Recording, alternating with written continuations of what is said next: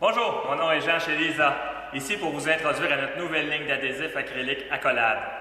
Formulée pour tous les besoins d'assemblage de surfaces et comptoirs, plus spécifiquement pour adhérer les surfaces de pierre naturelle ou surfaces de quartz, telles que le produit Handstone, ainsi que toute autre marque. Avec notre gamme complète de couleurs coordonnées, Accolade complétera aussi bien vos assemblages de joints que les soufflages de bordure d'une manière inégalée. L'embout mélangeur procure une solution propre ainsi qu'un ratio de 1:10, vous procurant un dosage précis tout en prévenant les lacunes de séchage d'un adhésif régulier. Le bon mélange en tout temps.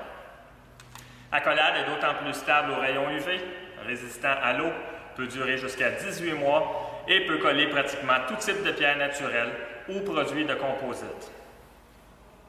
L'adhésif catalysera entre 18 et 25 minutes, dépendamment des conditions atmosphériques. Voici comment procéder. En tout premier lieu, nous aurons besoin de nos pièces de comptoir avec la coupe appropriée, de manière à procréer un joint pratiquement invisible à l'assemblage. Ensuite de ça, tout en utilisant un ruban à masquer, nous appliquerons une pièce de ruban à chaque côté, très près des bords, pour récupérer l'excédent d'adhésif au premier collage, au premier assemblage des pièces. Pour procéder, on va simplement protéger les cabinets, les portes de cabinet, en appliquant un ruban clair, de façon à empêcher l'adhésif de s'égoutter à l'intérieur des cabinets ou sur les portes.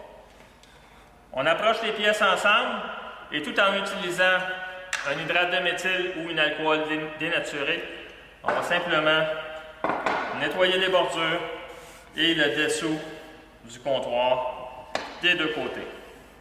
De cette manière, on prévient toute intrusion de saleté ou de contaminants au travers de notre ligne de colle. Ensuite de ça, on aura besoin d'un fusil applicateur et de notre cartouche. Le fusil applicateur a 2 poussées qui permettront de procurer l'adhésif aux mêmes vitesses et ratio. On met la cartouche à l'intérieur et puis on va retirer simplement le capuchon bloquant, le capuchon qui empêche l'air de sortir de la cartouche. Tout en utilisant une pièce de rebut, on va simplement purger la cartouche de manière à voir nos 2 composantes sortir. Et ensuite de cela, on va appliquer notre embout statique mélangeur. Il reste à le barrer en place et à pousser le matériel à l'intérieur pour créer notre mélange parfait. On va aussi purger cet embout-là de manière à obtenir vraiment un mélange parfait du début. Et on va appliquer du devant du comptoir, on va laisser égoutter l'adhésif jusqu'au bas et on va créer environ un joint d'1/4 de pouce d'adhésif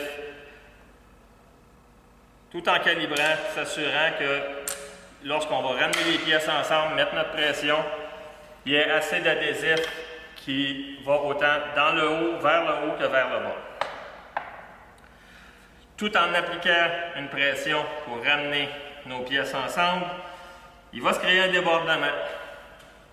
Ce premier débordement-là, on peut simplement enlever une portion pour éviter un nettoyage excessif. On soutire cet excédent-là et on peut ensuite retirer nos rubans, jeter nos rubans. Ensuite de cela, on pourra utiliser des systèmes mécaniques de pression, soit le système Gorilla Clamp ou des systèmes plus réguliers.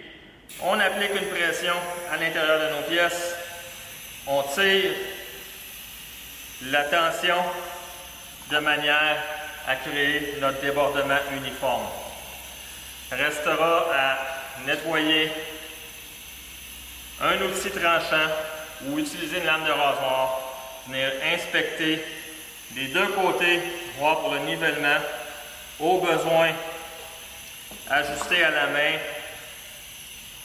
pour pouvoir créer une uniformité sur la surface. On laisse sécher, on retirera plus tard.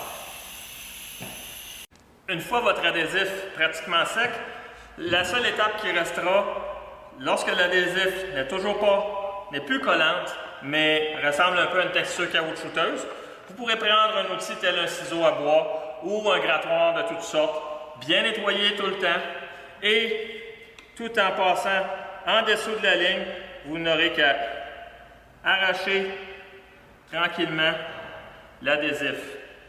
Celui-ci, en étant coupé par le dessous, n'aura pas eu l'effet d'être soutiré par la pression qu'on causera.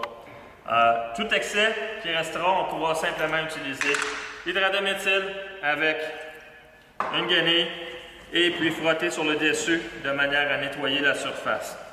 Vous obtiendrez un joint pratiquement invisible de bonne couleur. Libre à vous de me contacter pour tout commentaire, suggestion ou question. Mon nom est Jean, chez Lisa. Passez une excellente journée.